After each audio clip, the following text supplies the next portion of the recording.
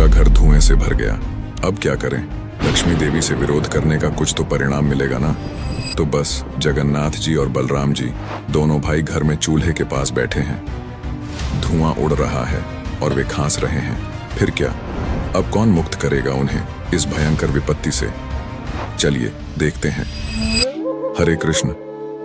लक्ष्मी देवी और श्री जगन्नाथ की कथा की दूसरी कड़ी में आपका स्वागत है। पहली कड़ी में हमने देखा कि लक्ष्मी देवी चांडाल जाति के अपने एक भक्त के घर उन्हें आशीर्वाद देने गई हुई थीं और वहां से निकलते वक्त उन्हें जगन्नाथ जी और बलराम जी ने देख लिया।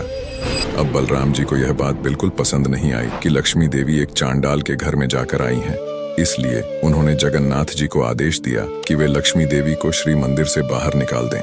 अब बेचारे जगन्नाथ जी फंस गए। बड़े भाई की आज्ञा माननी जरूरी थी, इसलिए उन्होंने लक्ष्मी देवी का क्रोध मोड़ लिया और आखिर लक्ष्मी देवी अपने सारे ऐश्वर्य और सेवकों के साथ मंदिर छोड़कर चली गईं।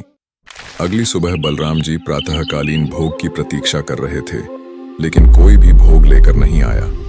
उन्होंने जगन्नाथ जी से पूछा तो उन्होंने दुखी होकर जवाब दिया कि आज से कोई भोग नहीं आएगा, क्योंकि लक्ष्मी देवी अपने सेवकों के साथ यह मंदिर छोड़कर चली गई हैं।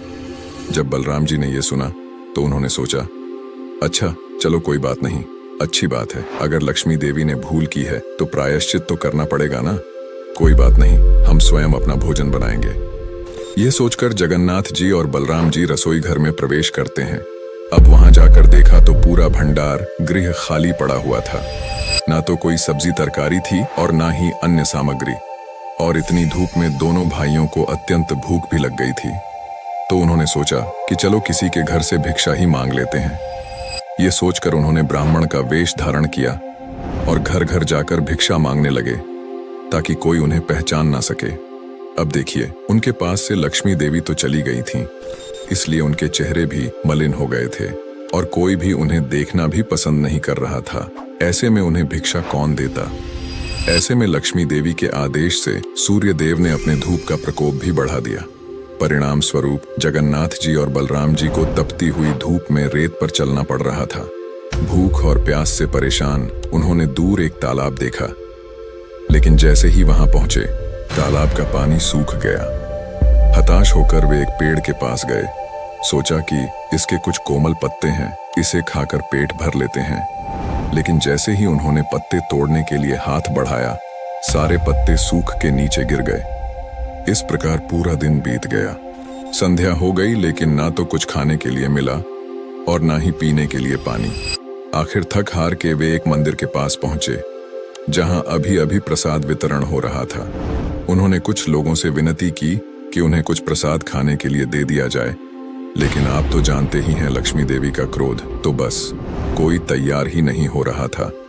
ऐसे में एक वृद्ध स्त्री को उन पर दया आ गई। स्त्री ने करुणावश दोनों भाइयों को एक छोटे से पात्र में कुछ मुरमुरे दे दिए। इस प्रसाद को देखकर वे दोनों प्रसन्न हो गए। लेकिन आपको लगता है कि लक्ष्मी देवी इतनी आसानी से उन्हें यह प्रसाद खाने देंगी? जी नहीं। जैसे ही उन्होंने इस प्रसाद को लेने के लिए हाथ उठाया, उस समय तेज हवा चलने लगी और सारा प्रसाद उड़ के बिखर गया। अब आप जरा कल्पना करके देखिए कि उस समय जगन्नाथ जी और बलराम जी की क्या स्थिति हुई होगी। ये वही जगत के नाथ जगन्नाथ जी और उनके भाई बलराम जी हैं, जिनको दिन में कई बार भोग दिया जाता है। उनके हाथ कभी खाली नहीं रहते, जो एक समय में ही 26 भोग खाते हैं। ऐसे हमारे प्यारे जगन्नाथ जी और बलराम जी को आज एक सूखा पत्ता भी नहीं मिल रहा था। तो अब आप सोच ही सकते हैं कि उनकी क्या स्थिति हुई होगी। आखिर दोनों भाइयों ने थक हार के किसी से पूछा, भाई क्या आप हमें बता सकते हैं कि इस समय हमें कहाँ भोजन मिल सकता है? तो किसी ने उनसे कहा, अवश्य, वो देखिए, वो चांडालों का गांव है। वहां पर एक बड़ी करुणामय स्त्री रहती है। वे पुण्यशील और दानी भी हैं। वे अवश्य आपको भोजन देंगी, वहीं चलिए। ये सुनकर जगन्नाथ जी और बलराम जी उसी गांव में उस स्त्री के घर गए।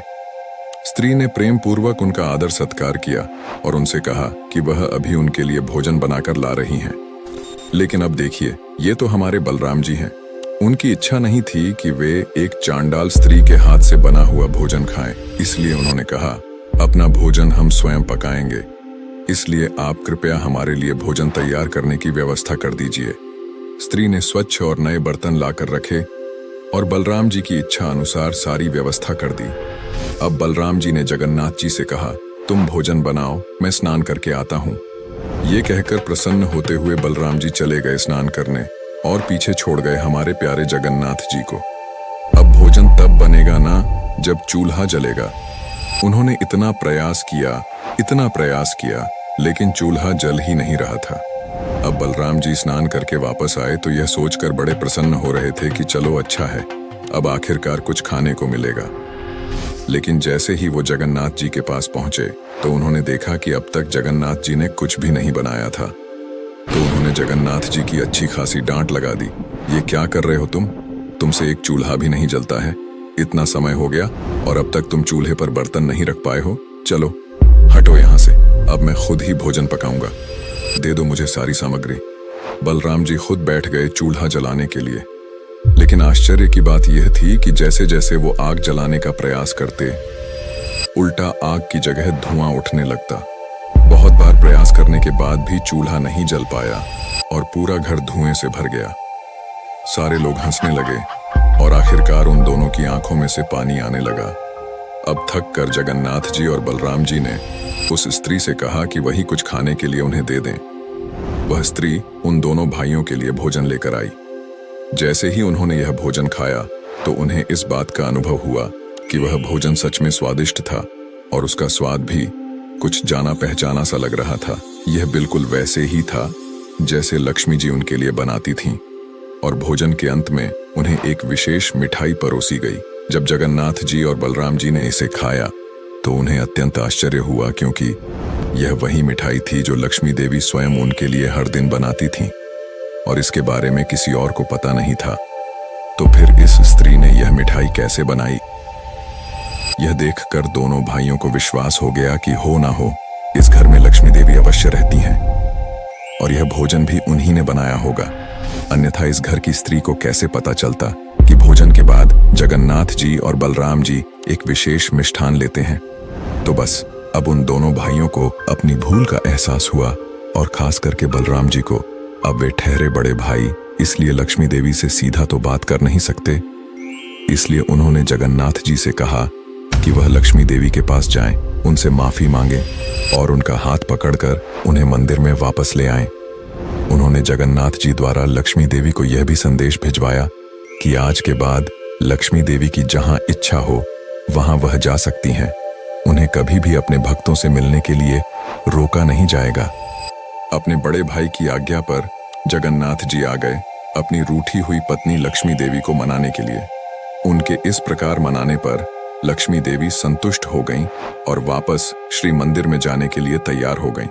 लक्ष्मी देवी ने जगन्नाथ जी को वचन दिया कि जगन्नाथ जी के महाप्रसाद के लिए कभी भी कोई ऊंच नीच का भेदभाव नहीं किया जाएगा। चाहे वो ब्राह्मण हो या चांडाल, दोनों को समान रूप से जगन्नाथ महाप्रसाद दिया जाएगा और वे दोनों एक ही थाली में भोजन कर सकते हैं। तो बस यह था लक्ष्मी देवी के रूठने का परिणाम। तो अब आप बताइए, कैसी लगी आपको यह जगन्नाथ जी की कथा? अगर अच्छी लगी है तो नीचे कमेंट बॉक्स में एक बार जय जगन्नाथ जरूर लिखिए, क्योंकि अभी नहीं लिखेंगे तो कभी नहीं लिखेंगे। जगन्नाथ जी की ऐसी ही मनोहर कथा को सुनते रहने के लिए आपके अपने इस चैनल को सब्सक्राइब करें।